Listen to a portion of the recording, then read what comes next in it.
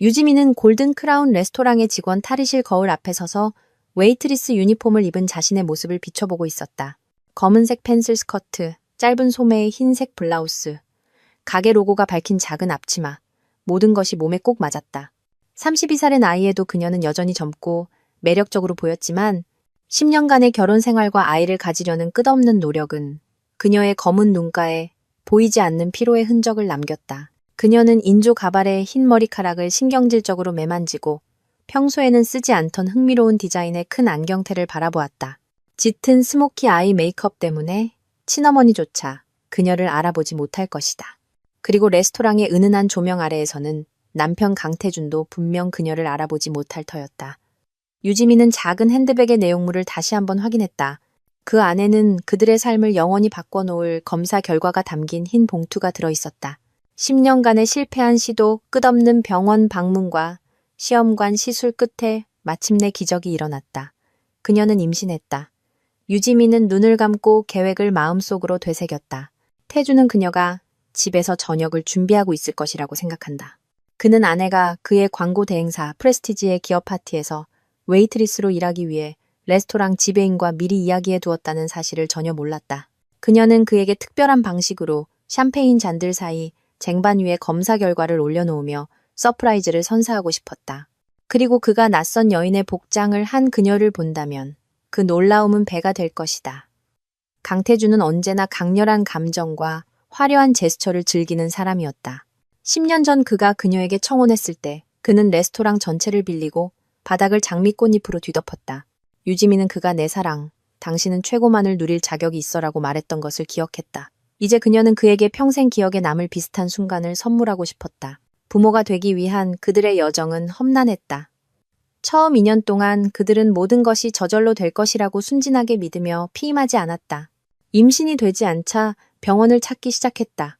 처음에는 산부인과, 그 다음에는 난임 전문의를 찾았다. 검사, 진찰, 그리고 선고처럼 들리는 진단들. 3개월 전 마지막 시험관 시술도 실패한 것처럼 보였다. 하지만 시간이 흐른 지금 검사 결과는 그들이 감히 희망하지 못했던 것을 보여주었다.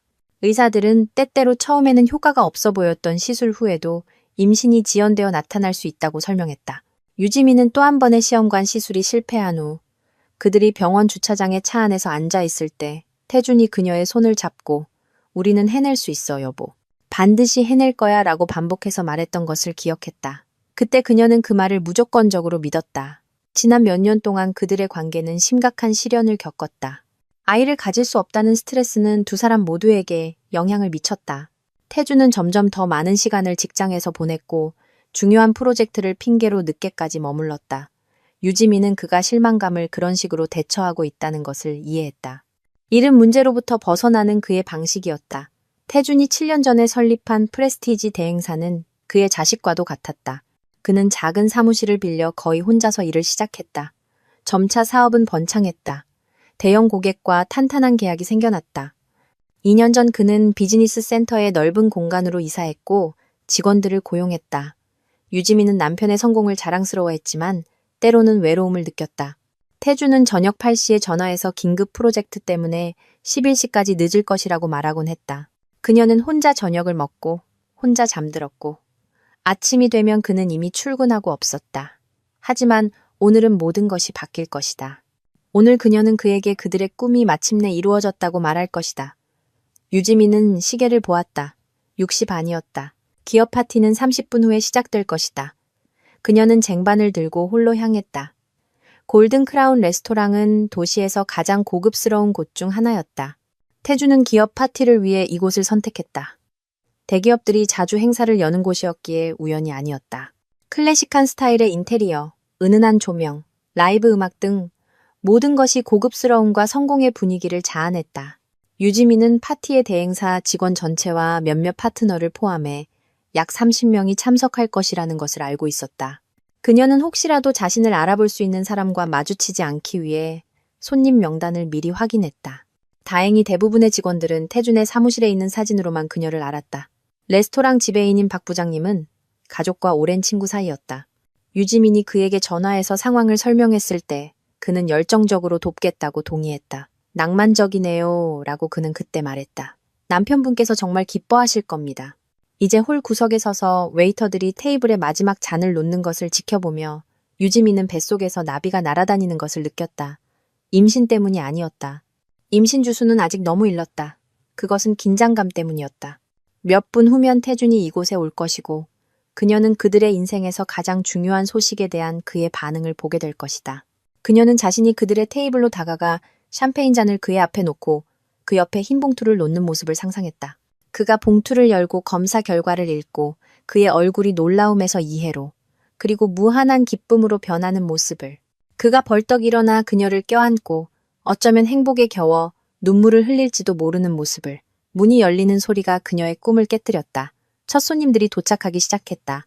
유지민은 그림자 속으로 물러나 들어오는 사람들을 지켜보았다. 그녀는 태준이 가끔 휴대폰으로 보여주었던 사진 속에 몇몇 대행사 직원들을 알아보았다.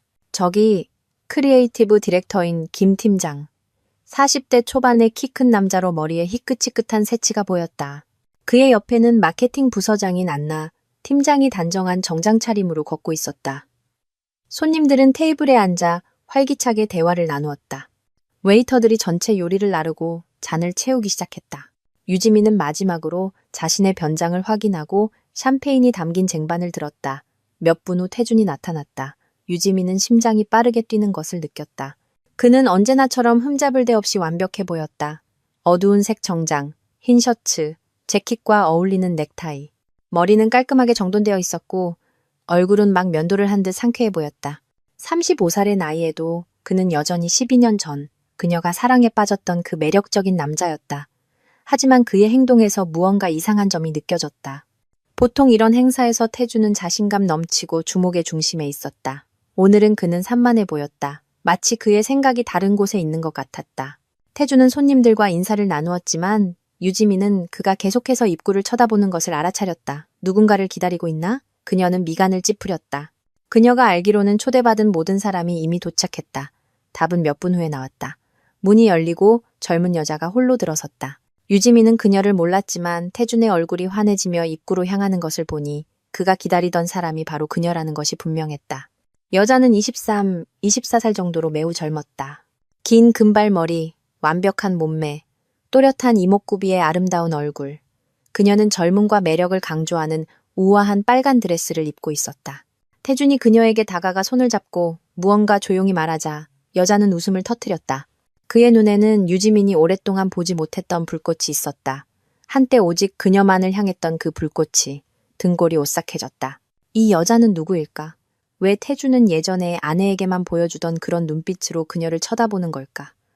유지민은 옆 테이블의 빈잔을 치우는 척하며 더 가까이 다가갔다. 이제 그녀는 그들의 대화를 들을 수 있었다. 예나 씨, 와줘서 기뻐요. 태준이 말했다. 그의 목소리에는 유지민이 아주 오랫동안 듣지 못했던 다정함이 묻어 있었다. 물론이죠, 태준 씨. 제가 이렇게 중요한 행사를 놓칠 수 없다는 거 아시잖아요. 여자가 대답했다. 그리고 유지민은 그녀가 그의 이름을 부르는 억양에서 가슴이 조여드는 것을 느꼈다. 태준 씨. 그렇게 부르는 것은 가장 가까운 사람들 뿐이었다. 예전에는 오직 그녀만이 그렇게 불렀다. 태준은 여자를 테이블로 안내하고 자신의 옆에 앉혔다. 유지민은 그가 그녀를 위해 세심하게 자리를 고르고 가벼운 쇼를 벗는 것을 조심스럽게 도와주는 것을 보았다. 이런 사소한 제스처들은 많은 것을 말해주었다. 유지민의 심장은 더 빨리 뛰었지만 그녀는 평정을 유지하려고 애썼다. 어쩌면 그냥 동료일 뿐일 수도 있다. 태준이 팀에 소개하고 싶은 신입사원일지도 모른다. 하지만 이성의 목소리는 동료를 그런 표정으로 맞이하지 않는다고 속삭였다. 그녀는 계속해서 웨이트리스의 임무를 수행했지만 이제 그녀의 모든 관심은 남편이 앉아있는 테이블에 집중되었다. 그가 예나라고 부른 여자는 대행사 직원들 사이에서 아주 자연스럽게 행동했다. 그녀는 그들의 농담에 웃고 대화를 이어가며 마치 그 집단의 일원인 것처럼 보였다. 김 팀장이 손짓을 섞어가며 무언가를 이야기하자 테이블의 모든 사람이 웃었다. 유지민은 태준과 예나가 서로 눈빛을 교환하고 그가 냅킨을 건네줄 때 그녀의 손을 살짝 건드리는 것을 보았다. 그 접촉은 짧고 거의 눈에 띄지 않았지만 유지민에게는 어떤 말보다도 더 크게 들렸다.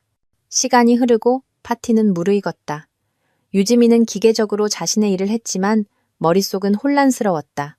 그녀는 여전히 자신이 틀렸기를, 이 친밀함에 순수한 설명이 있기를, 자신이 너무 오랫동안 긴장 속에서 살아와서 위협이 없는 곳에서 위협을 보고 있는 것이기를 바랐다. 하지만 매 순간 그녀의 최악의 두려움이 근거가 있다는 것이 점점 더 명백해졌다. 1시간이 지났다. 유지민은 남편의 테이블을 계속 지켜보며 마음속에서 불안과 의심이 커져가는 것을 느꼈다. 태준과 예나는 점점 더 거리낌 없이 행동했다. 그는 그녀에게 몸을 기울여 귀에 무언가를 속삭였다. 그녀는 웃으며 그의 팔을 만졌다. 그들의 상호작용은 단순한 동료 사이라기에는 너무나 친밀했다. 유지민은 태준이 2개월 전에 새로 고용한 비서에 대해 이야기했던 것을 떠올렸다. 젊고 야심차고 아주 유능해. 그가 그때 말했다. 좋은 집안 출신의 훌륭한 교육을 받았어. 이제 모든 것이 명확해졌다. 설마 그 비서가 바로 이 여자일까? 설마 태준은 그때부터 이미 이혼을 계획하고 있었던 걸까? 유지민은 끔찍한 생각들을 떨쳐내며 고개를 저었다. 섣부른 결론을 내릴 수는 없다. 어쩌면 그들은 그냥 동료로서 잘 지내는 것일지도 모른다. 어쩌면 그녀 자신의 감정과 호르몬의 영향으로 그들의 관계를 과장하고 있는 것일지도 모른다. 그녀는 그들의 테이블로 가서 샴페인을 따라주기로 결심했다. 이것이 서프라이즈를 위한 완벽한 순간이 될 것이다. 태주는 그녀를 보고 놀랄 것이고 그녀는 그에게 검사 결과가 담긴 봉투를 장엄하게 건넬 것이다. 모든 것이 계획대로 될 것이고 이 어리석은 의심들은 저절로 사라질 것이다. 유지민은 잔이 담긴 쟁반을 들고 테이블로 향했다. 심장이 너무 세게 뛰어서 그 소리가 주변 사람들에게 들릴까봐 두려웠다. 앞치마 주머니에는 그들의 인생에서 가장 중요한 소식인 검사 결과가 담긴 봉투가 있었다. 하지만 그녀가 가까이 다가갔을 때 그녀는 그 자리에서 얼어붙게 만드는 대화를 들었다. 태준 씨, 이혼 서류는 언제 제출할 거예요? 예나가 물었다. 그녀의 목소리에는 동정심이라고는 한 방울도 없었다. 오히려 조급함이 묻어났다. 곧 내 사랑. 적절한 시기를 선택해야 해. 태준이 대답했다. 그리고 유지민은 발밑에 땅이 꺼지는 것을 느꼈다. 내 사랑이라니. 하지만 부모님과의 계약은 다음 달 말까지 서명해야 해요. 부모님은 당신이 결혼 관계에서 자유로워지기를 주장하고 계세요. 예나가 말을 이었다. 알고 있어. 서류는 이미 준비됐어. 아내에게 건네주기만 하면 돼. 제때 다 처리될 거야. 날 믿어. 부모님과의 계약, 이혼. 유지민은 떨리는 손으로 쟁반을 든 채 그 자리에 못 박힌 듯 서 있었다. 떠나야 한다는 것을 알았지만 움직일 수가 없었다. 저는 그냥 걱정돼서요. 예나가 말했다. 그리고 유지민은 그녀가 태준의 목에 팔을 두르는 것을 보았다. 부모님은 당신의 결혼 사실을 알고 계시고 유부남과의 관계를 반대하세요. 우리 가족의 원칙에 어긋나는 일이에요. 태준이 그녀의 손을 잡았다. 이해해. 네 부모님이 오라. 먼저 과거를 정리하고 미래를 만들어야지. 하지만 10년간의 결혼 생활 끝에 이혼하는 건 간단한 일이 아니야. 그 순간 김 팀장이 샴페인 잔을 들고 그들의 테이블로 다가왔다.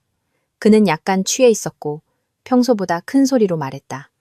여러분, 그가 잔을 들어 올리며 외쳤다. 우리 사장님과 그의 아름다운 동반자를 위해 건배합시다. 테이블에 모든 사람이 잔을 들자 김 팀장은 말을 이었다.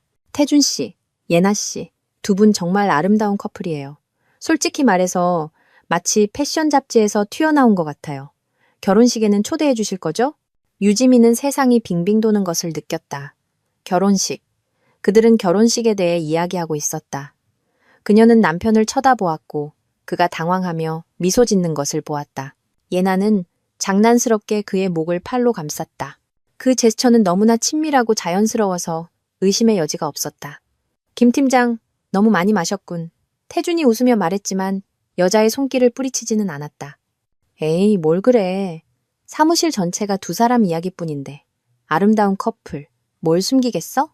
유지민은 그들로부터 2미터 떨어진 곳에 서 있었고 아무도 그녀를 알아채지 못했다. 그녀의 손에 들린 쟁반은 점점 더 심하게 떨렸다. 주머니 속에 검사 결과가 담긴 봉투는 뜨거운 쇠처럼 느껴졌다. 사무실 전체가 그들에 대해 이야기하고 있었다. 그렇다면 이건 비밀이 아니었다.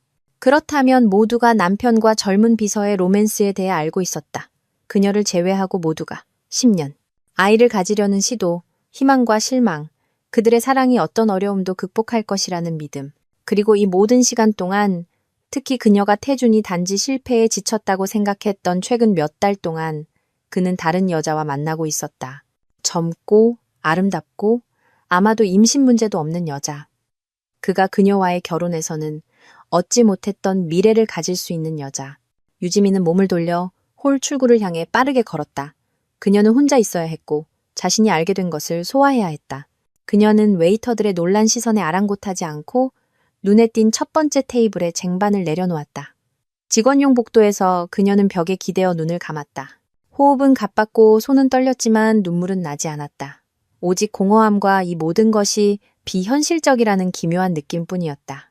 그녀는 주머니에서 봉투를 꺼내 바라보았다. 안에는 그들의 인생의 새로운 장을 열어줄 검사 결과가 있었다. 이제 그것들은 운명의 잔인한 조롱으로 변해버렸다. 임신. 마침내 10년의 기다림 끝에 임신했는데 남편의 외도를 발견한 바로 그날 이 사실을 알게 되다니. 유지민은 봉투를 반으로 접어 가방에 넣었다. 태주는 임신 사실을 알지 못할 것이다. 오늘은 아닐 것이다. 어쩌면 영원히 모를 수도 있다. 먼저 그녀는 무슨 일이 일어나고 있는지 이해해야 했다. 이 예나라는 여자는 누구이며 그들이 말하던 그녀의 부모님과의 계약은 무엇인가. 모든 것을 고려해 볼 때 이것은 단순한 사내 연애 이상의 무언가가 있었다. 유지민은 몸을 곧게 펴고 심호흡을 했다. 그녀는 홀로 돌아가 웨이트리스 역할을 계속할 것이다. 듣고 관찰하고 정보를 수집할 것이다. 만약 그녀의 결혼이 무너지고 있다면 그녀는 모든 진실을 알고 싶었다. 유지민은 홀로 돌아와 새 쟁반을 들고 일을 계속했다. 이제 그녀는 단순히 관찰하는 것이 아니라 남편과 그의 젊은 애인 사이의 관계에 대한 단서를 줄 수 있는 모든 말, 모든 암시, 모든 우연한 문장을 주의 깊게 들었다. 기업 파티는 한창이었다. 손님들은 긴장을 풀었고 대화는 더 솔직해졌다. 유지민은 이것이 자신에게 유리하게 작용하고 있음을 깨달았다. 사람들은 아무도 듣지 않는다고 생각할 때 말을 덜 조심하게 된다. 그녀는 대행사 여직원 몇 명이 앉아있는 테이블로 다가갔다. 마케팅 부서장인 안나, 팀장이 디자이너인 이 실장과 이야기하고 있었다. 솔직히 말해서 나는 그녀가 안쓰러워. 안나가 고개를 저으며 말했다. 누구요? 이 실장이 물었다. 강태준 사장님 부인이요. 물론 그녀는 무슨 일이 일어나고 있는지 전혀 모르고 있겠죠. 유지민은 잔을 닦는 척하며 발걸음을 늦췄다. 그렇게 티가 나나요? 이 실장이 목소리를 낮췄다. 세상에, 눈이 멀었어요? 태준 씨는 완전히 넋이 나갔어요. 그 이에나라는 여자가 그를 완전히 홀렸다고요. 그는 이제 그녀 생각뿐이에요. 이에나. 이제 그녀는 이름과 성을 알게 되었다. 하지만 그에게는 아내가 있잖아요. 그들은 아주 오랫동안 10년이나 함께 했는데요. 안나가 확인했다. 그리고 그동안 계속 아이를 가지려고 노력했대요. 임신에 문제가 있다고 하더군요. 그런데 젊고 아름답고 부유한 집안의 여자가 나타났으니 그가 버틸 수 있을까요? 부유한 집안이라고요? 네, 그녀의 아버지가 이강혁 회장이에요. 기억나요? 더 로얄그룹, 쇼핑몰 체인을 소유한 그 사람이요. 억만장자죠. 그리고 어머니 윤서연 씨는 엘리트 모델 에이전시를 운영하고요. 그들은 인맥, 돈, 영향력을 가지고 있어요. 태준 씨는 오랫동안 그들의 세계에 들어가기를 꿈꿔왔죠. 유지민은 온몸이 차가워지는 것을 느꼈다. 그렇다면 문제는 단지 예나의 젊음과 아름다움만이 아니었다. 그녀 가족의 돈과 인맥이 문제였다. 그래서 그가 이혼하고 싶어 한다는 건가요? 그런 것 같아요. 아직 공식적으로 발표된 건 없지만요. 하지만 그의 행동을 보면 그리고 이강혁 회장 일가가 평판에 매우 민감하다는 소문을 들었어요. 그들은 절대로 옷장에 해고를 숨기고 있는 사람과 엮이지 않을 거예요. 이 실장은 한숨을 쉬었다. 불쌍한 그의 아내는 아무것도 모르고 있겠죠. 인생이란 잔인한 거야. 안나가 철학적으로 말했다. 특히 우리 나이의 여자들에게는. 남자들은 성공하자마자 바로 새로운 것을 찾기 시작하니까. 유지민은 그들의 테이블에서 멀어졌다. 그녀는 충분히 들었다. 그림이 명확해지기 시작했지만 그녀는 더 알고 싶었다. 태준의 의도가 얼마나 심각한지, 그리고 그들이 말하던 예나의 부모님과의 계약이 무엇인지 이해해야 했다. 그녀는 대행사 회계팀 남자들이 앉아있는 테이블로 다가갔다. 그들은 업무에 대해 논의하고 있었지만 때때로 그들의 시선은 태준과 예나가 앉아있는 테이블로 향했다. 태준 씨가 사업을 확장할 거라는 소문 들었어? 그들 중 한 명인 박 대리가 물었다. 서울에 지사를 열 계획이라고 하던데 그러려면 상당한 투자가 필요할 거야. 그의 동료인 최 대리가 대답했다. 바로 그거야. 그런데 그가 그런 돈이 어디서 나겠어? 대행사가 잘 돌아가긴 하지만 서울 확장을 감당할 정도는 아니잖아. 그래서 이강혁 회장 딸이랑 연애하는 거잖아. 그녀 아버지는 뭐든지 자금을 댈 수 있지, 특히 사돈이 된다면 말이야. 그 노인이 미디어 제국을 만들 계획이 있다는 소문도 들었어. 광고, 텔레비전, 인터넷 프로젝트 같은 거. 그러려면 광고업계에 믿을 만한 파트너가 필요하지. 유지민은 주먹을 꽉 쥐었다. 그렇다면 그녀의 의심이 확인된 것이다. 태주는 단순히 바람을 피우는 것이 아니라 그의 사업 목표를 달성하기 위해 젊은 여자를 이용하고 있었다. 그가 그녀와 결혼할 거라고 생각해? 물론이지. 이강혁 회장은 유부남과의 연애에 자금을 댈 사람이 아니야. 그런 가족과 인연을 맺고 싶다면 먼저 자유로운 몸이 되어야지. 그들은 도덕적인 문제에 아주 까다롭거든. 아내는 어쩌고? 이혼하고 끝이겠지. 태준 씨는 이미 변호사와 상담했대. 상호 합의 이혼이면 모든 게 빨리 해결된다고 하더군. 특히 아이도 없으니. 만약 그들이 그녀의 가방에 임신을 확인하는 검사 결과가 있다는 것을 안다면 유지민은 분노가 치솟는 것을 느꼈다. 태주는 단순히 그녀를 속이는 것이 아니었다. 그는 돈과 경력을 위해 냉정하게 그들의 결혼을 파괴할 계획을 세우고 있었다. 아이를 갖기 위한 그 모든 세월의 투쟁, 모든 눈물, 모든 희망이 그에게는 그의 야망에 방해가 되는 불편함에 불과했다. 그녀는 시계를 보았다. 파티는 아직 끝나지 않았지만 많은 손님들이 이미 자리를 뜨기 시작했다. 곧 태준과 예나도 레스토랑을 떠날 것이다. 아마도 함께. 유지민은 여자 화장실의 거울로 다가가 자신의 모습을 보았다. 그녀는 평온해 보였지만 안에서는 폭풍이 몰아치고 있었다. 그녀는 결정을 내려야 했다. 집으로 돌아가 아무것도 모르는 척하며 태준이 스스로 자신의 계획을 이야기할 때까지 기다릴 것인가, 아니면 행동에 나설 것인가. 그녀는 휴대폰을 꺼내 인터넷에서 이강혁 회장 일가에 대한 정보를 찾기 시작했다.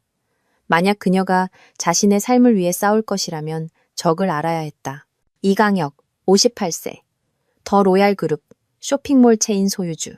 윤서연, 54세. 엘리트 모델, 에이전시 설립자 겸 이사. 이예나, 24세. 외동딸, 서울대학교 경제학과 졸업. 부유하고 영향력 있는 가족.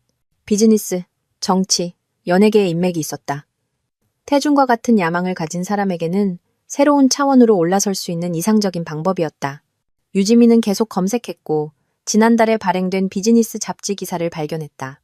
이강혁 회장이 광고 및 마케팅 분야로 사업 다각화를 계획하고 있다는 내용이었다. 기사에는 억만장자가 대규모 광고 지주회사를 설립하기 위해 신뢰할 수 있는 파트너를 찾고 있다고 나와 있었다. 모든 것이 맞아떨어졌다. 태주는 예나를 우연히 만난 것이 아니었다. 그는 그녀를 통해 그녀의 아버지와 그의 돈에 접근하기 위해 의도적으로 그녀의 관심을 끌었다. 유지민은 휴대폰을 집어넣고 여자 화장실에서 나왔다. 홀은 눈에 띄게 조용해졌다. 손님들 중 일부는 이미 떠났다. 그녀는 태준과 예나도 떠날 준비를 하는 것을 보았다. 그는 그녀가 쇼를 입는 것을 도와주고 있었다. 그들의 머리는 서로 가까웠고 그들은 무언가 조용히 이야기하고 있었다. 우리 집으로 가요. 유지민은 예나의 목소리를 들었다. 오늘은 안 돼. 내 사랑. 아내가 기다리고 있을 거야. 때가 되기 전에 의심을 사고 싶지 않아. 알겠어요? 그럼 내일은 꼭요. 부모님과의 만남에 대해 당신과 의논할 게 있어요. 그들은 출구를 향해 걸어갔다. 태주는 작별 인사를 하며 동료들과 악수했다. 예나는 모두에게 상냥하게 미소 지었다. 김 팀장이 말했듯이 이상적인 커플이었다. 유지민은 몇 분 기다렸다가 레스토랑을 떠났다. 박 부장님이 그녀를 출구까지 바래다 주었다. 서프라이즈는 어땠나요? 그가 친절한 미소로 물었다. 예상보다 훨씬 좋았어요. 유지민이 대답했다. 그리고 그것은 사실이었다. 그녀는 계획했던 것보다 남편에 대해 더 많이 알게 되었다. 집에 돌아온 유지민은 가발과 웨이트리스 유니폼을 벗고 샤워를 했다. 뜨거운 물도 마음의 무거움을 씻어낼 수는 없었지만 생각을 정리하는 데는 도움이 되었다. 그녀는 실내복으로 갈아입고 부엌에 앉았다. 태주는 곧 돌아올 것이다. 그녀는 어떻게 행동해야 할지 결정해야 했다. 아무 일도 없었던 척할 것인가? 소란을 피우고 설명을 요구할 것인가? 아니, 아직은 이르다. 그녀는 그의 의도를 알지만 그는 그것을 모르고 있다. 이것이 그녀에게 우위를 제공한다. 현명하게 이용해야 한다. 유지민은 가방에서 검사 결과가 담긴 봉투를 꺼내 다시 한번 읽었다. 임신사주. 그들이 10년 동안 기다려온 기적이 그들의 결혼이 무너지고 있을 때 바로 일어났다. 이 얼마나 아이러니한가. 태주는 그의 인생의 꿈이 마침내 이루어졌다는 것을 모른 채 그녀를 버릴 계획을 하고 있었다. 만약 그가 이 사실을 알게 된다면 상황이 극적으로 변할까? 아니면 아닐까? 설마 그에게 돈과 경력이 아이보다 더 중요한 걸까? 유지민은 검사 결과를 접어 책상 서랍 깊숙이 넣었다. 당분간은 임신 사실을 아무에게도 말하지 않을 것이다. 상황을 생각하고 올바른 결정을 내릴 시간이 필요했다. 10시 반쯤 현관문이 열렸다. 태준이 집에 돌아왔다.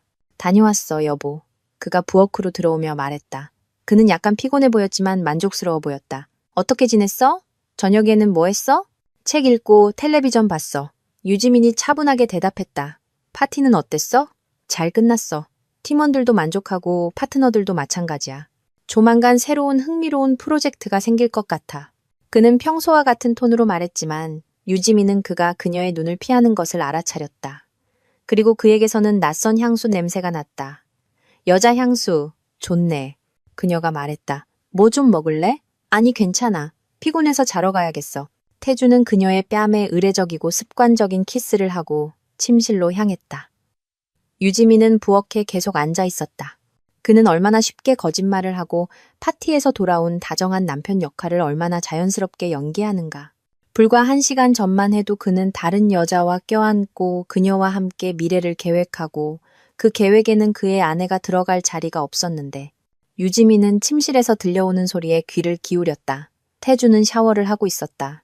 아마도 다른 사람의 향수 냄새를 씻어내고 있을 것이다. 얼마나 치밀하고 얼마나 조심스러운가. 30분 후 그녀도 잠자리에 들었다. 태주는 이미 침대에 누워 벽 쪽으로 돌아 누워 있었다. 예전에는 그가 늦게 돌아오면 항상 그녀를 껴안고 그날 있었던 일에 대해 이야기해 주었다. 이제는 자는 척했다. 유지민은 그에게 닿지 않도록 옆에 누웠다. 어둠 속에서 그녀는 천장을 바라보며 그들의 삶이 어떻게 변했는지 생각했다. 언제부터 시작되었을까? 언제 태주는 다른 여자를 원한다는 것을 깨달았을까? 언제 경력이 사랑보다 중요하다고 결정했을까? 어쩌면 사랑은 이미 오래전에 사라졌을지도 모른다. 어쩌면 그녀가 단지 환상에 매달리며 그것을 알아차리기를 원하지 않았을지도 모른다. 최근 몇 달 동안 태주는 더 차가워지고 거리를 두었다. 그녀는 그것을 시험관 시술 실패로 인한 스트레스, 일에 대한 피로 탓으로 돌렸다. 이제 그녀는 그가 단지 새로운 삶을 준비하고 있었다는 것을 깨달았다. 그녀 없이. 옆에서는 규칙적인 숨소리가 들렸다. 태주는 자고 있거나 자는 척하고 있었다. 유지민은 눈을 감고 잠을 청했지만 잠이 오지 않았다. 머릿속에는 오늘 저녁에 들었던 생각, 계획, 대화의 조각들이 맴돌았다. 그녀는 무언가를 해야만 했다. 그저 앉아서 남편이 이혼을 통보하기를 기다릴 수만은 없었다. 그녀에게는 권리가 있고 존엄성이 있다. 그리고 이제는 지켜야 할 아이도 있다. 하지만 행동은 조심스럽고 신중하게 해야 했다. 실수를 해서는 안 되었다. 다음 날 태주는 평소보다 일찍 출근했다. 중요한 회의가 있어. 그가 서둘러 커피를 마시며 설명했다. 유지민은 언제나처럼 그를 문까지 배웅했지만 이제 이 익숙한 의식들은 희극처럼 느껴졌다. 혼자 남겨진 그녀는 컴퓨터 앞에 앉아 이강혁 회장 일가와 남편의 활동에 관한 모든 것을 체계적으로 조사하기 시작했다. 만약 그녀가 태준의 진정한 동기를 이해하고 자신을 보호할 방법을 찾고 싶다면 모든 세부 사항을 알아야 했다. 그녀는 이강혁 회장에 대한 공개 정보부터 조사하기 시작했다. 성공한 사업가, 전국 여러 도시의 12개의 대형 쇼핑몰을 포함하는 더 로얄 그룹 쇼핑몰 체인의 소유주, 재산은 수천억 원으로 추정된다. 아내 윤서연은 모델계에서 유명한 인물이다. 그녀의 엘리트 에이전시는 국제적인 브랜드와 협력한다. 하지만 가장 흥미로운 것은 유지민이 비즈니스 언론에서 발견한 것이었다. 이강혁 회장은 사업 다각화를 계획하고 있었다. 그는 미디어 분야에 진출하여 자신의 쇼핑몰뿐만 아니라 외부 고객에게도 서비스를 제공할 수 있는 자체, 광고 제국을 만들고 싶어 했다. 이를 위해 그는 광고업계에서 경험이 풍부한 파트너가 필요했다. 업계를 속속들이 이해하고 평판과 인맥을 가진 사람, 강태준 같은 사람. 이제 모든 것이 명확해졌다. 태준은 단순히 젊은 미녀와 사랑에 빠진 것이 아니었다. 그는 자신의 삶을 극적으로 바꾸고 억만장자의 세계에 들어가 비즈니스 엘리트의 일원이 될 기회를 본 것이다. 예나는 목표가 아니라 그 목표를 달성하기 위한 수단이었다. 유지민은 프레스티지 대행사의 재무 서류를 검토하기 시작했다. 태주는 그녀가 그런 것들을 이해하지 못한다고 생각하며 비즈니스 정보를 숨기지 않았다. 하지만 유지민은 경제학을 전공했고 행간을 읽을 줄 알았다. 대행사는 성공적으로 운영되고 있었지만 본격적인 확장을 위한 자금은 명백히 부족했다. 태주는 대출을 받았지만 그의 야심찬 계획에는 충분하지 않았다. 이강혁 회장과의 파트너십은 모든 재정 문제를 단번에 해결해 줄 것이다. 서류를 뒤지던 중 유지민은 몇 가지 이상한 거래를 발견했다. 대행사를 통해 오고 갔지만 주 재무 보고서에는 반영되지 않은 소액의 자금들이었다. 그녀는 이 서류들의 사본을 저장했다. 아마도 미래에 유용할 것이다. 점심때가 되자 유지민은 상황의 전체 그림을 파악했다. 태주는 그녀와 이혼하고 이해나와 결혼하여 그녀 아버지의 미디어 제국 창설 파트너가 될 계획이었다. 하지만 그러기 위해서는 이강혁 회장 일가에게 좋은 인상을 주어야 했다. 만약 그렇게 되지 않는다면, 만약 이강혁 회장이 태준에 대해 좋지 않은 사실을 알게 되어 협력을 거부한다면, 유지민은 자신이 상황에 영향을 미칠 기회가 있다는 것을 깨달았다. 하지만 현명하고 조심스럽게 행동해야 했다. 유지민은 태준의 아내가 아닌 독립적인 개인으로서 이강혁 회장 일가를 직접 만나기로 결심했다. 이것이 그녀가 그들의 성격을 평가하고 어떻게 행동하는 것이 최선인지 이해하는 데 도움이 될 것이다. 엘리트 모델 에이전시는 도시의 심장부에 있는 고급 비즈니스 센터에 위치해 있었다. 유지민은 세련된 비즈니스 정장으로 갈아입고 전문적인 화장을 한 후 정찰에 나섰다. 에이전시는 비즈니스 분위기로 가득했다. 아름다운 모델들이 복도를 오가고 매니저들은 계약에 대해 논의하고 사진작가들은 장비를 준비하고 있었다. 유지민은 접수원에게 다가갔다. 안녕하세요. 저는 김서연이라고 합니다.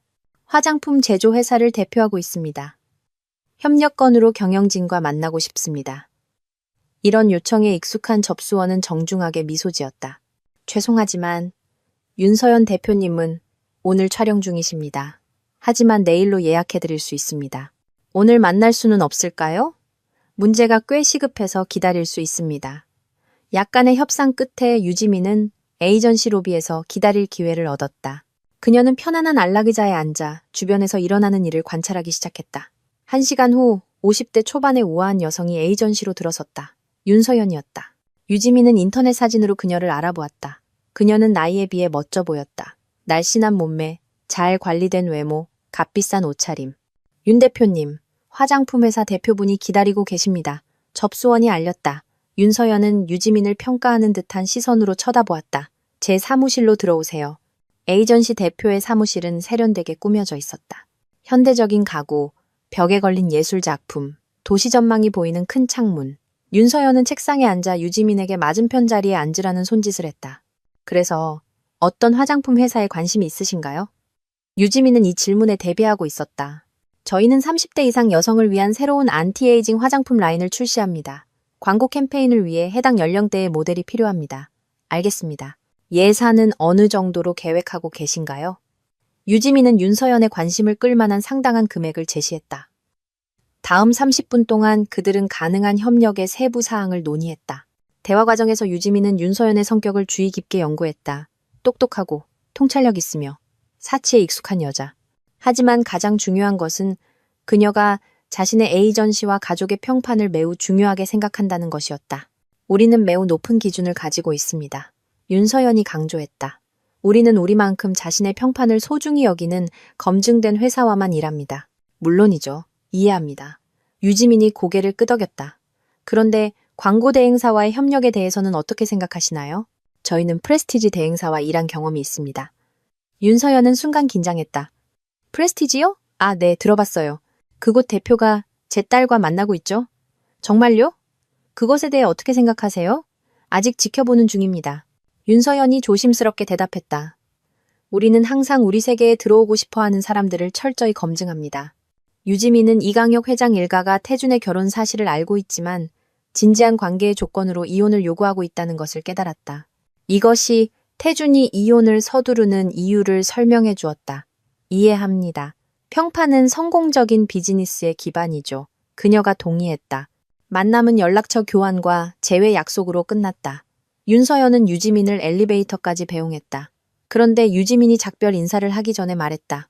프레스티지 대행사에 대해 의심이 있으시다면 그들의 고객 기반을 더 잘 살펴보시는 것이 좋을 것 같아요. 그들의 모든 프로젝트가 똑같이 훌륭하지는 않거든요. 윤서연은 그녀를 유심히 쳐다보았다. 무슨 말씀이시죠? 구체적인 것은 없습니다. 단지 우리 비즈니스에서는 파트너가 누구와 일하는지 아는 것이 중요합니다. 특히 새로운 기회를 위해 이혼을 서두르는 기혼 남성의 경우라면 더욱 그렇죠. 안녕히 계세요. 유지민은 윤서연을 생각에 잠기게 한 채 엘리베이터에 탔다. 의심의 씨앗은 뿌려졌다. 이제 그것이 자라나기를 기다려야 했다. 그날 저녁, 태주는 기분 좋은 상태로 집에 돌아왔다. 저녁 식사 중에 그는 미래에 대한 계획, 대행사를 질적으로 새로운 차원으로 끌어올릴 수 있는 새로운 프로젝트에 대해 이야기했다. 있잖아, 지민아. 조만간 우리 삶이 크게 변할 것 같아. 그가 자신의 말이 얼마나 예언적으로 될지 모른 채 말했다. 무슨 뜻이야? 유지민이 아무것도 의심하지 않는 아내 역할을 계속하며 물었다. 중요한 파트너십 기회가 생겼어. 모든 게 잘 되면 우리는 국내 최대 광고 대행사 중 하나가 될 거야. 흥미롭게 들리네. 파트너는 누군데? 태주는 순간 망설였다. 아직 자세한 내용은 말하고 싶지 않아. 협상이 초기 단계거든. 유지민은 그가 거짓말을 하고 있다는 것을 알았지만 고개를 끄덕였다. 협상은 결코 초기 단계가 아니었다. 태주는 이미 몇 달 동안 잠재적 파트너의 딸과 만나고 있었다. 저녁 식사 후 태주는 중요한 프로젝트를 작업한다는 핑계로 서재에 틀어박혔다. 유지민은 그가 낮은 목소리로 전화 통화하는 것을 들었다. 아마도 예나와 통화하는 것이리라. 다음 날 유지민은 조사를 계속했다. 그녀는 이강혁 회장 일가가 잠재적 파트너를 얼마나 심각하게 검증하는지 알아보기로 했다. 은행권 지인들을 통해 그녀는 이강혁 회장이 실제로 미디어 비즈니스에 대규모 투자를 계획하고 있지만 동시에 파트너 선택에 있어 신중함과 철저함으로 유명하다는 것을 알게 되었다. 각 잠재적 파트너는 재정적인 측면뿐만 아니라 평판의 관점에서도 검증받는다. 이강혁 회장 일가는 의심스러운 인물들과 엮일 여유가 없다. 이는 그들 자신의 사업에 해를 끼칠 수 있다. 이것은 유지민의 전략이 옳았음을 확인해 주었다. 만약 그녀가 이강혁 회장 일가에게 태준의 활동의 추한면을 보여줄 수 있다면 그들은 협력을 거부할 것이고 이는 그들의 딸과의 결혼 동기도 사라지게 할 것이다. 하지만 이를 위해서는 강력한 증거가 필요했다. 의심만으로는 충분하지 않았다. 유지민은 대행사 서류에서 발견한 이상한 금융거래를 떠올렸다. 아마도 그것들을 더 자세히 조사해볼 가치가 있을 것이다. 그녀는 프레스티지의 자금 흐름을 분석하는 데 며칠을 보냈다. 점차 태준을 심각하게 위태롭게 할 수 있는 그림이 드러났다. 대행사는 평판이 좋지 않은 여러 고객과 협력하고 있었다. 부패 스캔들에 연루된 건설회사, 의심스러운 평판을 가진 유흥업소 체인, 사기 혐의로 기소된 금융회사. 태준은 단순히 그들에게서 주문을 받는 것이 아니라 그들의 평판을 세탁하고 긍정적인 이미지를 만드는 것을 도왔으며 그 대가로 상당한 보수를 받았고 그중 일부는 세무 보고를 피했다. 이것이 바로 필요한 것이었다. 이강혁 회장 일가는 범죄 조직과 협력하는 사람과는 절대 엮이지 않을 것이다. 윤서연과 만난 지 일주일 후 유지민은 다음 공격을 감행하기로 결심했다. 그녀는 남편의 활동에 대한 모든 불리한 자료를 수집하여 만남을 철저히 준비했다. 이번에는 이강혁 회장에게 직접 접근하기로 했다. 그의 미디어 프로젝트의 잠재적 투자자로서. 이강혁 회장의 사무실은 그가 소유한 쇼핑몰 중 하나의 최상층에 있었다. 유지민은 접수실로 들어갔다. 이강혁 회장님은 사전 예약된 분만 만나십니다. 비서가 알렸다. 이해합니다. 하지만 그가 관심을 가질 만한 정보가 있습니다. 그의 미디어 분야 계획에 관한 것입니다. 짧은 협상 끝에 유지민은 이강혁 회장의 사무실로 안내되었다. 이강혁 회장은 흰머리와 날카로운 눈빛을 가진 인상적인 체격의 남자였다. 그의 사무실은 크기와 호화로움으로 압도적이었다. 골동품 가구, 벽에 걸린 그림 컬렉션. 그래서 어떤 정보를 가지고 있소? 그가 사교적인 대화에 시간을 낭비하지 않고 물었다. 당신의 미디어 비즈니스 잠재적 파트너인 강태준과 그의 프레스티지 대행사에 대한 정보입니다. 이강혁 회장은 경계했다. 우리의 협상에 대해 어떻게 아시오? 비즈니스계에서는 많은 것이 알려지게 마련입니다. 특히 이렇게 큰 투자가 걸려 있을 때는요. 유지민은 서류 파일을 꺼냈다. 이강혁 회장님, 프레스티지 대행사와 당신의 평판을 연관시키기 전에 그들이 어떤 고객과 일하는지 아셔야 합니다. 그녀는 부패 스캔들에 연루된 얼라이언스 건설과의 계약서 사본, 은행 거래 내역, 의심스러운 고객과의 서신을 테이블에 펼쳐놓았다. 그리고 여기는 자금 세탁 혐의를 받고 있는 골든칩 카지노 체인과의 작업물입니다. 이강혁 회장은 서류를 주의 깊게 살펴보았다. 그의 얼굴은 점점 더 어두워졌다. 그리고 당신은 강태준이 이 회사들의 문제에 대해 알고 있었다고 주장하는 거요? 단순히 아는 것이 아닙니다. 그는 스캔들 이후 그들의 평판을 개선하는 것을 특별히 도왔습니다. 그 대가로 공식 보고서에 반영되지 않은 추가 보수를 받았고요. 유지민은 몇 가지 서류를 더 보여주었다. 그리고 이것은 금융 피라미드, 캐피탈 플러스 경영진과의 서신입니다. 프레스티지 대행사는 언론에서 사기 혐의에 대한 첫 번째 비난이 나온 후에도 그들을 위한 광고 캠페인을 개발했습니다. 이강혁 회장은 서류를 내려놓고 유지민을 쳐다보았다. 이 정보는 어디서 얻었소? 그리고 그 대가로 무엇을 원하오? 저는 당신이 당신의 파트너로 삼으려는 사람에 대한 진실을 알기를 바랍니다. 이 정보를 얻는 것은 어렵지 않았습니다. 저는 관련 분야에 인맥이 있습니다. 그래서 무엇을 제안하는 거요? 아무것도 아닙니다. 단지 정보를 공유하는 것뿐입니다. 결정은 당신이 내리는 것입니다. 이강혁 회장은 생각에 잠겼다. 왜 이런 일을 하는 거요? 당신에게 무슨 이득이 있소? 유지민은 이 질문에 대비하고 있었다. 아시다시피 이강혁 회장님, 비즈니스에서는 때때로 파트너를 선택해야 합니다. 그리고 나중에 불쾌한 놀라움을 겪는 것보다 미리 모든 진실을 아는 것이 낫습니다. 이것은 진실이었지만 전부는 아니었다. 이강혁 회장도 아마 그것을 이해했겠지만 서류는 그 자체로 말을 하고 있었다. 이 정보를 검토해 보겠소. 그가 마침내 말했다. 만약 사실로 확인된다면 경고해줘서 고맙소. 유지민은 일어섰다. 천만에요. 사업 번창하시길 바랍니다. 사무실을 나오면서 그녀는 만족감을 느꼈다. 첫 수는 두어졌다. 이제 이강혁 회장 일가의 반응을 기다리는 일만 남았다. 이강혁 회장은 소문이나 검증되지 않은 정보에 근거하여 결정을 내리는 사람이 아니었다.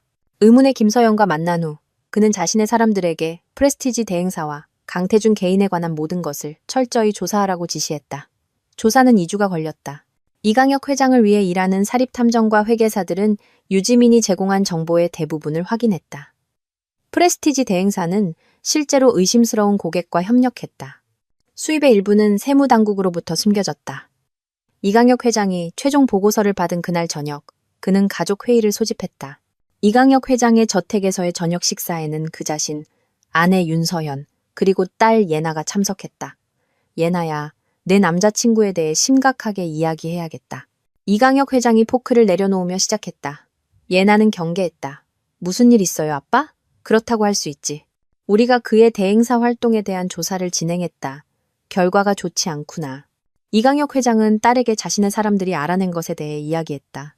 의심스러운 고객, 숨겨진 수입, 범죄 조직과의 연관성에 대해. 그럴 리가 없어요. 예나의 얼굴이 창백해졌다. 태준 씨는 정직한 사람이에요.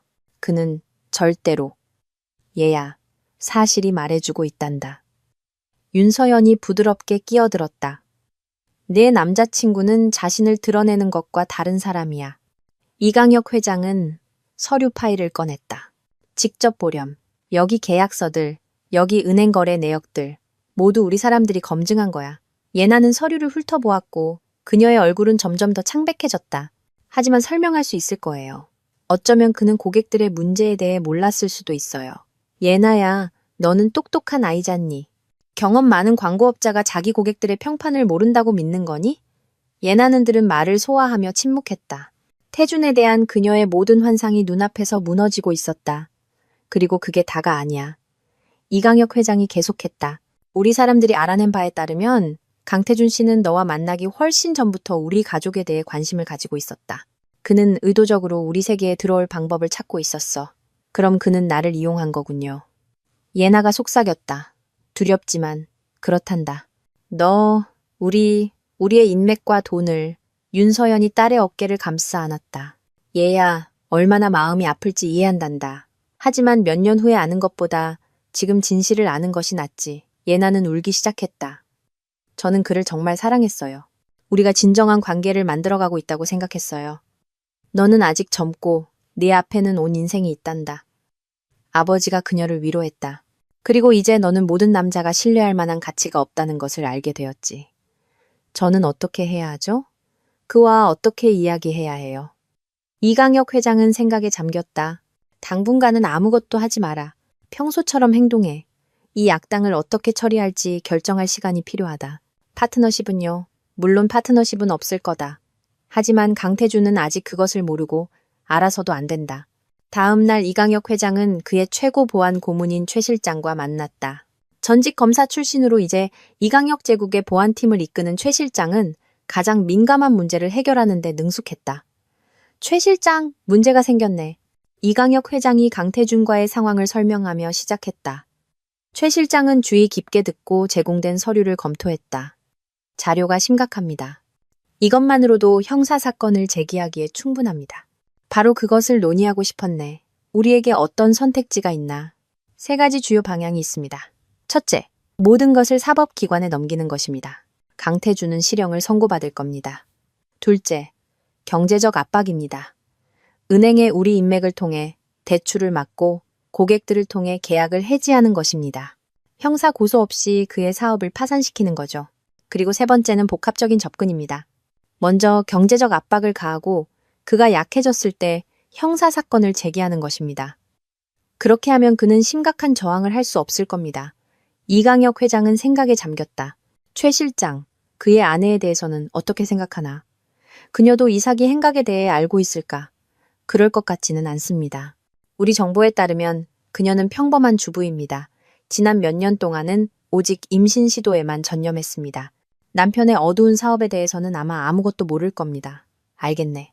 그렇다면 나는 3번째 방안에 기운다. 하지만 조심스럽게 행동해야 해. 우리 가족이 스캔들에 연루되는 것을 원치 않네. 물론입니다. 경제적 압박부터 시작하겠습니다. 저는 세무 및 은행 분야에 인맥이 있습니다. 한두 달 후면 강태준은 발밑에 땅이 꺼지는 것을 느끼게 될 겁니다. 예나는, 그녀는 당분간 그와 계속 만나게 해. 그녀의 역할을 계속하게 해. 강태준이 우리가 진실을 안다는 것을 더 오래 의심하지 않을수록 우리에게 더 좋습니다. 이강혁 회장은 고개를 끄덕였다. 좋아, 진행하게. 하지만 이강혁 회장의 계획은 원하는 만큼 빨리 실현되지 않았다. 최 실장은 필요한 모든 인맥을 동원하고 압박 메커니즘을 가동하는 데 시간이 필요했다. 그동안 태준은 그의 연인의 가족이 이미 자신에 대한 모든 진실을 알고 있다는 것을 모른 채 미래에 대한 계획을 계속 세웠다. 유지민이 남편의 외도를 알게 된 지 1달이 지났다. 그동안 그녀는 아무것도 의심하지 않는 아내 역할을 능숙하게 연기하는 법을 배웠다. 태준은 여전히 자신이 그녀를 성공적으로 속이고 있다고 믿었다. 그들의 관계는 더욱 형식적이 되었다. 태준은 점점 더 늦게까지 일했고 아내의 일에 대한 관심은 점점 줄어들었다. 하지만 유지민은 더 이상 그의 냉담함에 고통받지 않았다. 그녀는 그런 행동의 이유를 알고 있었다. 임신은 순조롭게 진행되었다. 유지민은 정기적으로 의사를 방문했다. 그녀는 태준이 임신 사실을 숨길 수 없게 될 때만 아이에 대해 알게 될 것이라고 결정했다. 최근 몇 년 동안 그녀를 돌봐온 난임 전문의 서준우 박사는 환자의 변화에 놀랐다. 유지민 씨, 정말 좋아 보이시네요. 그가 또 다른 접수 중에 말했다.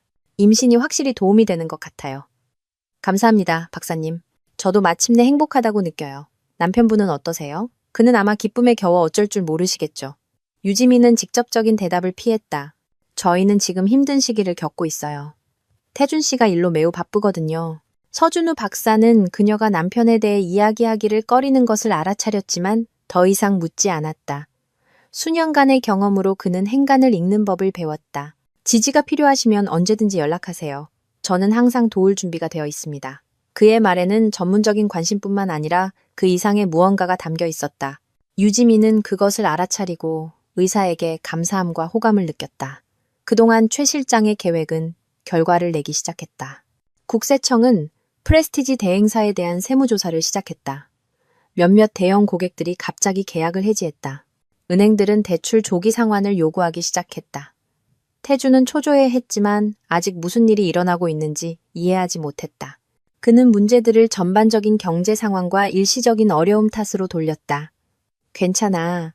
그가 예나와의 만남 중 하나에서 말했다. 네. 아버지와 계약을 체결하기만 하면 모든 문제가 해결될 거야. 예나는 사랑에 빠진 여자 역할을 열심히 했지만 마음속에서는 상반된 감정으로 갈기갈기 찢어지고 있었다. 한편으로는 태준에 대한 진실을 알고 있었고 다른 한편으로는 그에 대한 감정을 바로 잊을 수 없었다. 태준 씨, 부모님과의 만남은 언제예요? 그녀가 물었다. 곧 내 사랑. 네 아버지는 매우 바쁜 분이지만 우리는 중요한 대화를 위해 반드시 시간을 낼 거야. 사실 태주는 이미 여러 번 이강혁 회장과의 만남을 주선하려고 했지만 그는 매번 연기할 이유를 찾았다. 기업 파티 후 6주가 지났을 때 유지민은 예기치 않은 전화를 받았다. 낯선 남자의 목소리가 자신을 이강혁 회장의 비서라고 소개하며 만남을 요청했다. 이강혁 회장님께서 당신과 직접 이야기하고 싶어 하십니다. 상호 이익에 관한 것입니다. 유지민은 놀랐지만 동의했다. 만남은 도심의 작은 카페에서 정해졌다. 유지민은 정확한 시간에 도착했고 이강혁 회장을 보았다. 유지민 씨, 아니면 김서연 씨.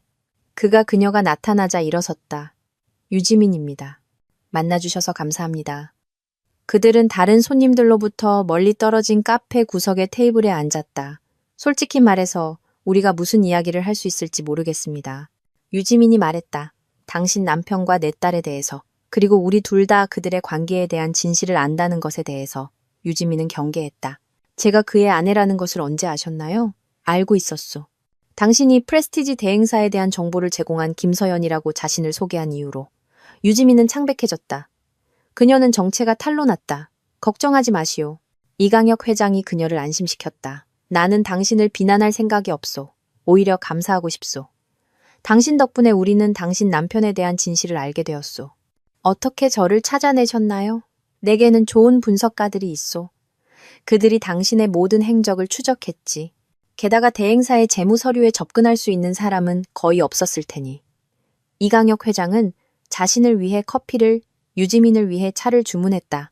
나는 당신에게 협력을 제안하고 싶소. 그가 말했다. 어떤 협력 말인가요? 우리 둘 다 당신 남편의 행동으로 피해를 입었소. 그는 내 딸을 속였고 우리 가족을 이용할 계획이었소. 그는 당신을 배신했고 당신의 결혼을 파괴했소. 우리에게는 공통의 이해관계가 있다고 생각하오. 유지민은 그의 말을 곱씹었다. 무엇을 제안하시는 건가요? 노력을 합치자는 거요. 당신은 남편의 활동에 대한 정보에 접근할 수 있고 나는 그것을 이용할 능력이 있소. 함께라면 우리는 그를 응당한 벌을 받게 할 수 있소. 벌이라니 어떤 의미에서요? 그의 사업과 평판을 완전히 파괴하는 거요. 그가 다시는 여성을 속이거나 범죄 행위를 저지를 기회를 박탈하는 거요. 유지민은 망설였다. 제가 그 대가로 무엇을 얻게 되나요? 이강혁 회장은 그녀를 움찔하게 만드는 금액을 제시했다. 그것은 상당한 돈이었고 오랫동안 편안하게 살기에 충분한 금액이었다. 왜 이런 일을 하시는 거죠? 돈 때문이 아니요. 원칙의 문제요. 누구도 처벌받지 않고 내 가족을 이용해서는 안 돼요. 그리고 게다가 나는 아내를 배신하는 남자를 좋아하지 않소. 유지민은 생각에 잠겼다. 제안은 매력적이었지만 그녀는 심각한 게임에 동의하는 것이라는 것을 이해했다. 조건이 있습니다. 그녀가 마침내 말했다. 어떤 조건이요? 저는 태준이 단순히 사업을 잃는 것뿐만 아니라 자신의 범죄에 대해 형사 책임을 져야 한다고 생각합니다. 이강혁 회장은 미소 지었다. 그렇게 할 수 있소. 우리는 사법기관에 충분한 인맥이 있소. 그리고 한 가지 더. 저는 그의 아이를 임신했습니다. 아이가 아무것도 부족하지 않게 되기를 바랍니다. 물론이요. 우리는 당신이 아이를 키우는데 필요한 모든 것을 제공할 것이요. 유지민은 악수를 위해 손을 내밀었다. 합의되었습니다. 계획은 상세하게 수립되었다. 최 실장은 태준의 사업을 파괴하고 그 후 탈세와 자금 세탁 혐의로 그를 체포하는 단계별 전략을 세웠다. 첫 번째 단계는 이미 시작되었다. 대행사에 대한 경제적 압박. 이제 두 번째 단계가 시작되었다. 추가적인 불리한 자료 수집. 유지민은 최 실장으로부터 대화 녹음을 위한 특수 장비를 받았다. 그녀의 임무는 태준이 그의 어두운 사업에 대해 솔직하게 털어놓도록 유도하는 것이었다. 가장 중요한 것은 과장하지 않는 것입니다. 최 실장이 그녀에게 지시했다. 자연스럽게 행동하세요. 평범한 호기심에서 나온 것처럼 교묘하게 질문하세요. 하지만 태준을 유도하는 것은 그렇게 간단하지 않았다.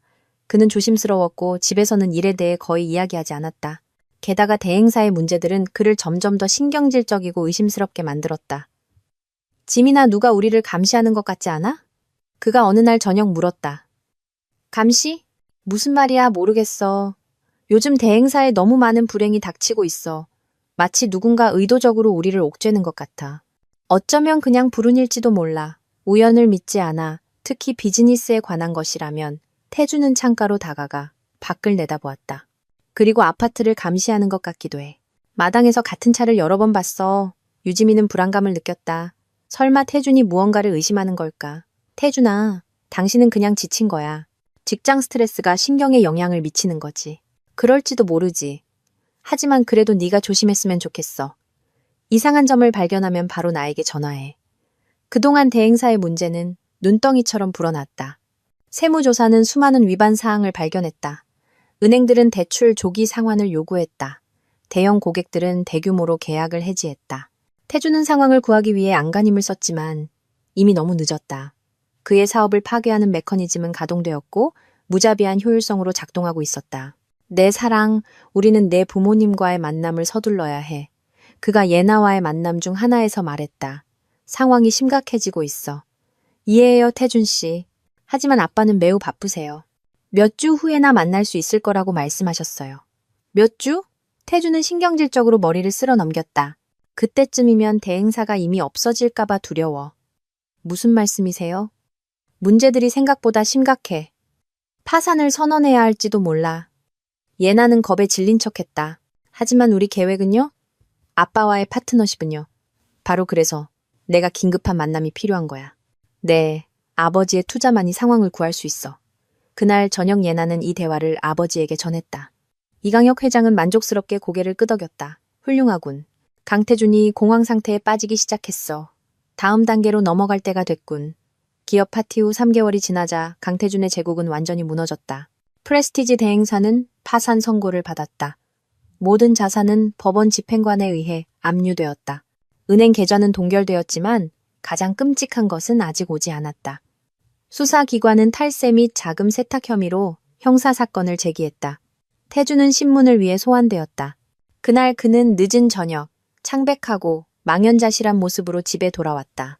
지민아, 우리에게 심각한 문제가 생겼어. 그가 의자에 주저앉으며 말했다. 무슨 일이야? 내가 탈세 혐의로 기소됐어. 내일 다시 수사관에게 가야 해. 유지민은 공포에 질린 척했다. 하지만 당신은 아무 잘못도 없잖아. 물론 잘못 없어. 하지만 그들에게는 내 유죄를 증명한다는 어떤 서류가 있어. 어떤 서류? 모르겠어. 수사관이 보여주지 않아. 수사 과정에서 모든 것이 밝혀질 거라고 말해. 태주는 일어나서 방을 서성였다. 나는 그들이 이 정보를 어디서 얻었는지 이해할 수 없어. 누군가 우리를 팔아넘겼어, 지민아. 대행사의 내부 서류에 접근할 수 있었던 누군가가. 유지민은 심장이 빠르게 뛰는 것을 느꼈다. 직원 중 한 명이라고 생각해? 모르겠어. 하지만 다른 설명은 생각나지 않아. 그날 밤 태주는 잠을 자지 못했다. 그는 아내 옆에 누워 그의 모든 삶이 어떻게 무너지고 있는지 생각했다. 불과 3개월 전만 해도 그는 웅장한 계획을 세우고 이강혁 회장 일가와의 파트너십, 부와 성공을 꿈꿨다. 이제 그는 실형을 선고받을 위기에 처했다. 그리고 예나는 문제가 시작되자마자 그의 삶에서 사라졌다. 처음에는 전화를 받지 않다가 나중에는 아예 전화번호를 바꿔버렸다. 이강혁 회장의 비서는 정중하게 이강혁 회장이 바빠서 만날 수 없다고 전했다. 태주는 자신이 이용당하고 쓸모없어지자 버려졌다는 것을 깨달았다. 다음 날 아침, 수사기관은 태준에게 심각한 혐의를 제기했다. 그는 체포되었다.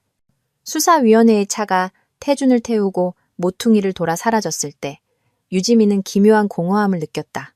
이 남자와 함께한 10년의 삶이 끝났지만 그녀는 동정심도 후회도 느끼지 않았다. 태주는 자신이 받아야 할 것을 받았다. 그녀는 휴대폰을 꺼내 이강혁 회장의 번호를 눌렀다. 모든 것이 끝났습니다. 그녀가 말했다. 네, 알고 있소. 내 사람들이 상황을 통제하고 있었소. 강태주는 8년형을 선고받을 거요. 이제 어떻게 되죠? 이제 당신의 새로운 삶이 시작돼요. 돈은 이미 당신의 계좌로 이체되었소. 이혼 서류는 내 변호사들이 준비했소. 그가 감옥에서 서명하기만 하면 당신은 자유로워질 거요. 유지민은 배에 손을 얹었다. 임신은 이미 눈에 띄게 드러나 있었다. 감사합니다. 그녀가 진심으로 말했다. 제가 당신에게 감사해야 하오. 당신의 도움이 없었다면 우리는 우리 가족을 보호할 수 없었을 거요. 예나는 어때요? 힘들어하고 있소. 하지만 젊으니까 모든 것을 잊을 거요.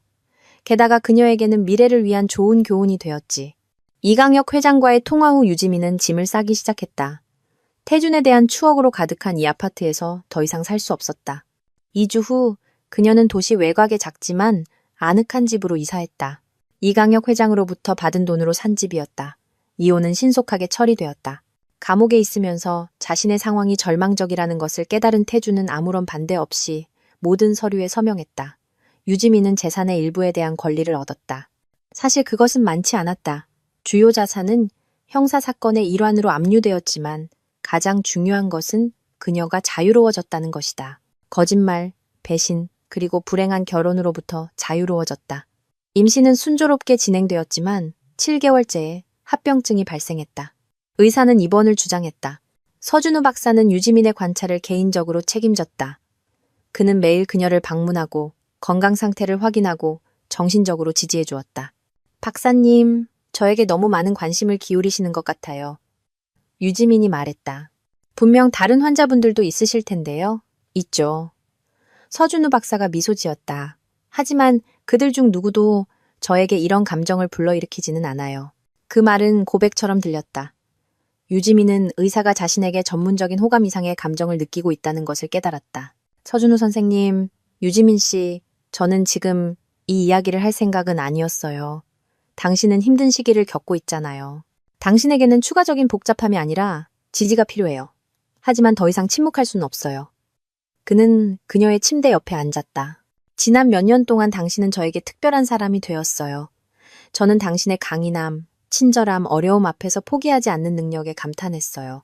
서준우 선생님, 저는 막 이혼했어요. 다른 남자의 아이를 가질 거예요. 왜 그런 어려움을 겪으시려고 해요? 당신을 사랑하니까요. 그가 간단하게 말했다. 그리고 당신과 당신의 아이 곁에 있고 싶어요. 만약 당신이 허락한다면. 유지민은 들은 말을 소화하며 침묵했다. 태준의 거짓말과 배신 후에 이 진심은 신선한 공기 한 모금과 같았다. 생각할 시간이 필요해요. 그녀가 말했다. 물론이죠. 저는 서두르지 않아요. 하지만 생각할 시간은 길지 않았다. 다음 며칠 동안 서준우 박사는 말이 아닌 행동으로 자신의 감정을 증명했다. 그는 그녀가 아플 때 곁에 있었고, 그녀가 자신을 의심할 때 지지해 주었고, 그녀가 외로울 때 그냥 존재해 주었다. 좋아요. 일주일 후 유지민이 말했다. 한번 해봐요. 하지만 조심스럽게. 저에게는 아직 아물지 않은 상처가 너무 많아요. 당신에게 편안한 속도로 움직일게요.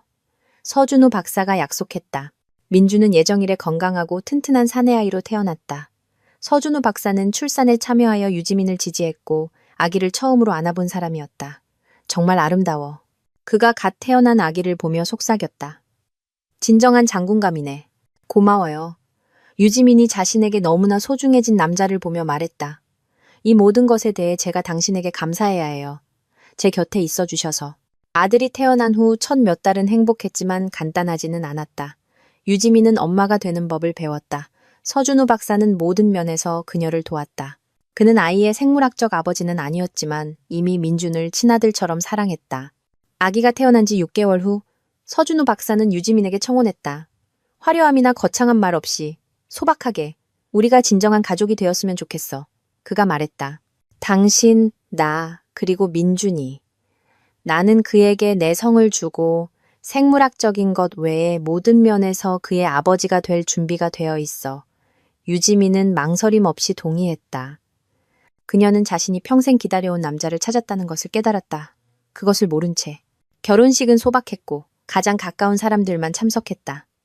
결혼 후 서준우 박사는 공식적으로 민준을 입양했다. 소녀는 서씨성을 받았고 새로운 가족의 정식 구성원이 되었다. 2년 후 그들에게는 딸 서아가 태어났다. 이제 그들의 가족은 완전하고 행복했다. 강태주는 4년의 징역형을 선고받았다. 감옥에서의 첫 몇 달이 가장 힘들었다. 그는 새로운 현실, 성공한 사업가에서 수감자로 전락한 사실에 익숙해질 수 없었다. 동료 수감자들은 그를 의심의 눈초리로 보았고 대기업 세계에서 온 온실 속 화초는 그들에게 불신을 불러일으켰다. 하지만 점차 태주는 감옥의 법칙에 따라 사는 법을 배웠다. 그는 과거에 대해 많이 생각하고 자신의 실수를 분석했다. 가장 큰 실수는 사랑과 정직함보다 돈과 경력을 우선시했다는 것이다. 환상적인 부를 위해 그는 자신의 가족과 삶을 파괴했다. 유지민에게서는 편지가 오지 않았다. 그는 심지어 아들이 태어났다는 사실도 몰랐다. 변호사는 단지 아내가 이혼 소송을 제기하고 재산 분할을 요구한다고만 전했다. 무슨 재산? 태주는 씁쓸하게 웃었다. 모든 것이 압류되거나 빚으로 팔렸다. 하지만 그를 가장 괴롭힌 것은 누가 자신을 팔아넘겼는지 끝내 알 수 없었다는 생각이었다. 누가 수사기관에 불리한 서류를 넘겼는지, 누가 그의 어두운 사업에 대해 그렇게 설득력 있는 파일을 만들 만큼 자세히 알고 있었는지. 때로는 이강혁 회장 일가 중 한 명이라고 생각했다. 하지만 그들이 어떻게 대행사의 내부 서류에 접근할 수 있었을까? 이 질문에 대한 답은 끝내 얻지 못했다. 3년 후 태주는 모범수로 가석방되었다. 그때쯤 그는 외모뿐만 아니라 내면적으로도 많이 변했다. 감옥은 그에게 평범한 인간적인 기쁨을 소중히 여기고 환상적인 부를 쫓지 않도록 가르쳐 주었다. 자유의 몸이 된 태주는 자신의 이전 삶이 더 이상 존재하지 않는다는 것을 깨달았다. 대행사는 청산되었고 평판은 파괴되었고 인맥은 끊어졌다. 고향에서 그는 외톨이가 되었다. 태주는 다른 곳에서 모든 것을 다시 시작하기로 결심했다. 그는 남은 마지막 귀중품을 팔아 집에서 0km 떨어진 작은 지방 도시로 가는 표를 샀다. 그곳에서 그는 지역 공장에서 기계공으로 일했다. 그는 학생 시절 아르바이트를 하며 젊었을 때 이 직업을 익혔다. 이제 이 기술은 생존에 유용했다. 첫 달은 매우 힘들었다. 외로움, 가난, 인생이 나락으로 떨어졌다는 인식. 하지만 점차 태주는 단순하고 정직한 일에서 위안을 찾기 시작했다. 그는 공동주택의 작은 방을 빌렸고 모든 것을 절약하며 유혹을 피했다. 술은 마시지 않았고 도박에 빠지지 않았으며 조용하고 눈에 띄지 않게 살려고 노력했다. 지역 주민들은 그를 경계했다. 작은 도시에서 낯선 사람은 항상 의심을 불러일으킨다. 하지만 태주는 자신에게 주의를 끌려고 하지 않았다. 그는 일하고 도서관에서 책을 읽고 주변을 산책했다. 때때로 저녁에는 결코 보내지 않을 편지를 썼다. 유지민에게 보내는 편지, 그가 한 모든 일에 대해 용서를 구하는 편지, 그의 새로운 삶에 대해 이야기하고 그녀가 어떻게 지내는지 묻는 편지. 하지만 그는 그녀의 새로운 삶에 끼어들 권리가 없다는 것을 이해했다. 유지민의 역사에서 그의 장은 끝났고 모든 것을 그대로 두는 것이 최선이었다. 태준이 체포된 지 5년이 지났다. 유지민은 서준우 박사와 아이들과 함께 행복한 가정생활을 하고 있었다. 어느 봄날 유지민은 예전에 태준과 함께 살았던 아파트 근처 도시에 있었다. 일이 예정보다 일찍 끝나 몇 시간의 자유시간이 생겼다. 왠지 그녀는 과거와 관련된 장소들을 둘러보고 싶어졌다. 그녀는 그들의 옛 아파트까지 차를 몰고 가서 10년의 공동생활을 회상하며 현관 앞에 서 있었다. 그 모든 세월이 나쁘지만은 않았다. 밝은 순간도 있었고 진실한 감정도 있었고 공동의 꿈도 있었다. 단지 태준이 거짓과 배신의 길을 선택했다는 것이 안타까울 뿐이었다. 차로 돌아가던 중 유지민은 대중교통 정류장에서 익숙한 모습을 보았다. 태준도 우연히 그들이 한때 행복했던 도시를 방문하기로 결정한 것이었다. 그는 많이 변했다. 살이 빠지고 늙고 머리가 희끗해졌지만 가장 중요한 것은 얼굴 표정이 변했다는 것이다. 예전에 그를 특징짓던 자신감은 사라졌다. 이제 그는 피곤해 보였지만 어딘가 더 인간적으로 보였다. 태준도 그녀를 알아차렸다. 그들의 눈은 길 건너편에서 마주쳤다. 몇 초 동안 그들은 움직이지 않고 서로를 바라보았다. 유지민은 그의 시선에서 놀라움, 부끄러움, 그리고 후회와 비슷한 무언가를 보았다. 태준은 마치 다가오려는 듯 한 걸음 앞으로 나아갔지만 이내 멈췄다. 버스가 도착했다. 태준은 마지막으로 유지민을 쳐다보고 버스에 탔다. 그녀는 버스가 모퉁이를 돌아 사라질 때까지 그의 뒷모습을 바라보았다. 그때서야 유지민은 전 남편에게 분노도 증오도 느끼지 않는다는 것을 깨달았다. 단지 그가 거짓과 배신 대신 그녀를 선택했더라면 모든 것이 얼마나 달라졌을까 하는 슬픔뿐이었다. 유지민과의 만남은 태준을 충격에 빠뜨렸다. 전 아내를 보고 그는 자신이 누구를 잃었는지 깨달았다. 그녀는 행복하고 잘 가꾸어져 있으며 사랑받는 것처럼 보였다. 그녀의 모습은 그녀가 자신의 행복을 찾았다는 것을 말해주었다. 그날 밤 태준은 잠을 자지 못했다. 그는 한때 사랑했던 여인이 어딘가에 살고 있다는 것. 그가 자신의 유일한 진정한 사랑을 스스로 파괴했다는 것에 대해 생각했다. 하지만 이 만남은 전환점이 되기도 했다.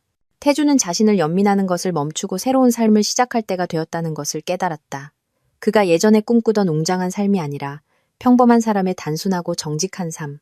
몇 달 후, 그는 10대 딸을 둔 미망인인 지역교사 박수진과 알게 되었다. 그의 과거에 관심이 없고 그를 있는 그대로 받아주는 단순하고 친절한 여자였다. 태준은 그녀의 집안일을 돕고 그녀의 딸을 돌보며 점차 그들의 작은 가족의 일원이 되어갔다. 당신은 좋은 사람이에요. 수진이 그에게 말했다. 힘든 삶을 살아온 것 같지만 비뚤어지지 않았네요. 태주는 그녀에게 자신의 과거에 대한 자세한 내용을 이야기하지 않았다. 단지 사업가였고 경제 위기로 모든 것을 잃었고 아내와 이혼했다는 것뿐이었다. 수지는 자세한 내용을 묻지 않았다. 그녀는 사람들을 그들의 과거가 아닌 행동으로 판단했다. 1년 후 그들은 결혼했다. 하객이나 축하 행사 없이 지역 주민센터에서의 조용한 결혼식. 태주는 수진의 딸 지아에게 새아버지가 되었고 그녀에게는 좋은 남편이 되었다. 그는 마치 자신의 이전 죄를 씻어내려는 듯 그의 모든 사랑과 보살핌을 새로운 가족에게 쏟았고 점차 그가 한때 잃었던 것, 즉 내면의 평화와 올바른 삶의 느낌을 되찾았다. 또 5년이 지났다. 유지민은 남편과 아이들과 완전한 조화를 이루며 살았다. 민주는 똑똑하고 친절한 소년으로 자랐고 어머니를 매우 닮았다. 서아는 활기차고 명랑한 소녀로 온 가족의 사랑을 받았다. 서준우 박사는 훌륭한 아버지임이 증명되었다. 그는 민준과 서아 사이에 결코 차이를 두지 않았고 그들을 똑같이 사랑했다. 민주는 그를 아빠라고 불렀고 자신에게 다른 생물학적 아버지가 있다는 사실조차 몰랐다. 유지민은 때때로 태준에 대해 생각했다. 특히 민준이 전 남편을 떠올리게 하는 행동을 할 때. 하지만 그것은 고통이나 후회 없는 찰나의 생각이었다. 과거는 과거에 머물렀다. 이강혁 회장 일가도 자신들의 삶을 꾸렸다. 예나는 정직하고 품위 있는 젊은 의사와 결혼했다. 그들에게는 두 아이가 태어났다. 이강혁 회장과 윤서연은 행복한 할아버지와 할머니가 되었다. 유지민은 자신의 행복을 찾았다. 그녀는 그들의 가족이 강요나 의무가 아닌 사랑과 상호 존중에 기반을 두었기 때문에 견고하다는 것을 알았다. 그리고 어딘가 멀리 작은 지방 도시에서 강태주는 그의 새로운 가족과 저녁을 먹으며 그를 이소박하지만 정직한 행복으로 이끈 길에 대해 생각했다. 그는 자신의 실수에 대해 높은 대가를 치렀지만 지금 가진 것을 소중히 여기는 법을 배웠다. 그리고 이것 또한 정의였다. 잔인하지만 마땅한. 각자는 자신의 행동에 따라 받아야 할 것을 받았다. 유지민은 사랑하는 가족과 행복을, 예나는 지혜와 진정한 사랑을, 태주는 단순한 인간적인 행복에 대한 두 번째 기회를, 삶은 계속되었고 그것은 공정했다.